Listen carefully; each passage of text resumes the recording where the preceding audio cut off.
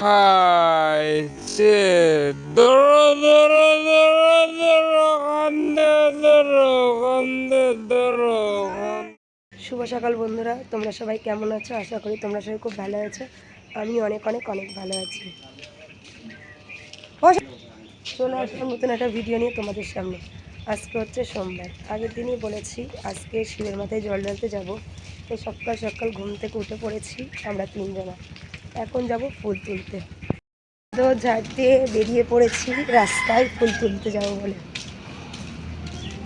তো চলো ফুল তোলার এখানে গিয়ে কথা বলতে এসেছি আমাদের বাড়ির সামনে রাস্তায়। এখানে না আকন্দ ফুল গাছ বা ধুতরা ফুল গাছ থাকে।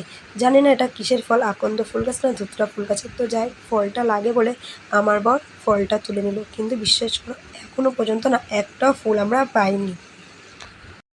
অনেক কষ্ট করে অনেক ঘুরে এখনো ফুল পাওয়া যায়নি। একমাত্র একটাই ধুতরা ফুল গাছের ফল, তাই তো? ধুতরার ফুল ফুল না ফল পাওয়া গেছে। এখন এসেছে আরেক জায়গায় ফুলের খোঁজে। এখনও বেলপাতা, ধুতরা ফুল, আকন্দ ফুল সব লাগবে, কিন্তু একটা ফুলও পাইনি। তো দেখা যাক যে পাই কিনা ফুলটা। চলো খুঁজে বেড়াই, খুঁজে আসি যে কোথায় কোথায় ফুল আছে। এদিকে ফুল তুলতে এসেছিলাম, বিশ্বাস করো ফুল তো পেলামই না, বরং লেবু গাছ দেখছি। এত সুন্দর লেবু হয়েছে না, মানে ডাসা ডাসা লেবু। আর আমার বোন দেখছে যে একটাও পড়ে আছে কিনা। অনেক ঘোরাঘুরির পরে এখনও ফুল পাওয়া যায়নি। তো শেষ পর্যন্ত মাঠ দিয়ে আমরা বাড়ি যাচ্ছি। এতো সুন্দর লাগছে, এই যে রজনীগন্ধা, এগুলো সব। তো ফুল তো লাগবেই, ফুল তো লাগবেই। দেখি আর একটু খুঁজি, পাওয়া তো না গেলে হবে না, পেতেই হবে। তো যাই হোক, কাদা না বলো।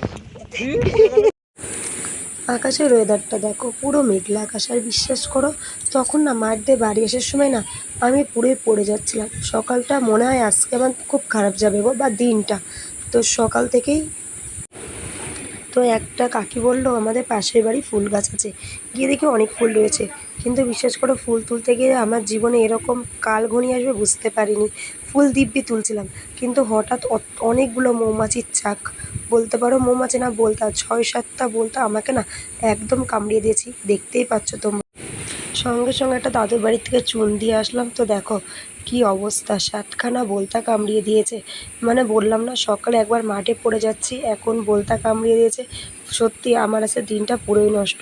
আর এদিকে আমি ব্রাশ কলগেট নিয়ে নিয়েছি, বুঝতে পারিনি আমার সাথে এরকম দুর্ঘটনা ঘটবে। মুখে ঘাড়ে মানে হাতা কাটা নাইটি পড়েছে, যেমন পেরেছে কামড়িয়েছে। জীবনে প্রথমবার। তোমরা দেখতে পাচ্ছ ঠোঁটের কি অবস্থা। তো ভাবলাম না জল ঢালতে যাব না, আবার দেখলাম যে না, ভগবানের উপরে ফালতু কাজে রাগ করে লাভ নেই, তাই না? তারপরে ব্রাশ করে ওই অবস্থায় বেরিয়ে গেলাম বাবার মাথায় জল ঢালতে যাবো বলে। আমার না ভিডিও করার একটু ইচ্ছা ছিল না, তোমাদের দাদাভাই জোর করে আমার ভিডিওটা করে দিচ্ছিল। কি করব, এইভাবে তো আর ভিডিও করা যায় না। অবশেষে চলে আসলাম আমাদের চুন্নি ঘাটে। এখানে স্নান করে বাবার মাথায় জল ঢালবো। বিশ্বাস করো আজকে আমি একটু ভিডিও করিনি। সম্পূর্ণ ক্যামেরা ধরা থেকে শুরু করে ভিডিও করা থেকে শুরু করে তোমাদের দাদাভাই আজকে এই দায়িত্বটা নিয়েছে, আমি একটু করি। মনটা আমার এতটাই খারাপ হয়ে গেল না, এই রকম কখনো হয়নি জানো তো। 7খানা বলতা আমাকে একবারে কামড়ে দিয়েছে, খুব জ্বালা পোড়া করছিল। তো যাই হোক নেমে গেলাম জলে স্নান করার উদ্দেশ্যে। তারপরে আমি যখন স্নান করতে নামলাম, বিশ্বাস করো আমি না বুঝতে পারিনি আমার বোন ভিডিও করে দিয়েছে। আমি আমার বোনকে জিজ্ঞাসা করলাম ভিডিও করলি কেন? বলছে তোমার যদি মনটা একটু ভালো হয়। আমার সত্যি কথা বলতে মনটা খুবই খারাপ গো। এইরকম মানে ভাবতে পারছি না, মন থেকে সরাতে পারছি না যে এইভাবে বলতা কামড়িয়ে দিয়েছে। আর দেখো তোমার দাদাভাই আমাকে একলা ছাড়েনি, সে নিজে আমাকে নামিয়ে দিয়েছে। তো তারপরে আমি আর আমার বোন আর তোমার দাদাভাই স্নান করে চলে গেলাম। ও না সম্পূর্ণ ভিডিও করেছে, আমি তো বললামই। আর প্লিজ আমার চ্যানেলটা সাবস্ক্রাইব করো, ভালো লাগলো অবশ্যই কমেন্ট করো, লাইক করো। আর মুখের অবস্থা দেখছো কি বাজে লাগছে আমাকে দেখতে। সত্যি কথা বলতে আমার নিজের কাছে খারাপ লাগছে। জীবন নিয়ে ফিরেছি, এটাই হচ্ছে বড় কথা। ভগবানের সামনে এইভাবে মুখ নিয়ে যে আমার আসতে হবে কখনো আমি বুঝতে পারিনি গো। সত্যি কথা মানে সকালবেলা থেকে আমার দিনটা খারাপ চলছে। এত খারাপের মধ্যেও আমার একটা ইচ্ছা পূরণ হয়েছে। আমার যেন আগাগোড়া ইচ্ছা বিয়ের আগের থেকে যে তোমার দাদাভাইয়ের সাথে আমি বাবার মাথায় জল ঢালবো, কিন্তু কোনো দিন এই সুযোগ হয়ে ওঠেনি। আর দেখো বলতা, বিশ্বাস করো আমার মনে পিছন ছাড়ছে না, এখানে এসেও দেখি বলতা। আর তোমাদের দাদাভাই যেন খুব ঠাকুর নিষ্ঠা, ভগবান নিষ্ঠা করে ভগবানকে। আমি না জানি না ঠিক কীভাবে জল ঢালতে হয়। আমরা জানি মাথায় বাবাকে 3 বার জল ঢাললে হয়, কিন্তু বিশ্বাস করো সেরকম একটুই না। তাই তোমার দাদাভাই আমাকে দেখিয়ে দিচ্ছিল, প্রথমে চারিদিকে দিয়ে শিবের লিঙ্গতে দিয়ে ত্রিশূলে দিয়ে সব জল ঢালতে হয় সুন্দর করে। মানে বলে না ভগবান কিছু না কিছু একটা ঠিক করেই রাখে। সকালে ওই রকম অবস্থা হলো, তাও দেখো শরীরটা আমার তাও ভালো আছে এখনও পর্যন্ত, শুধু মনটা একটু খারাপ।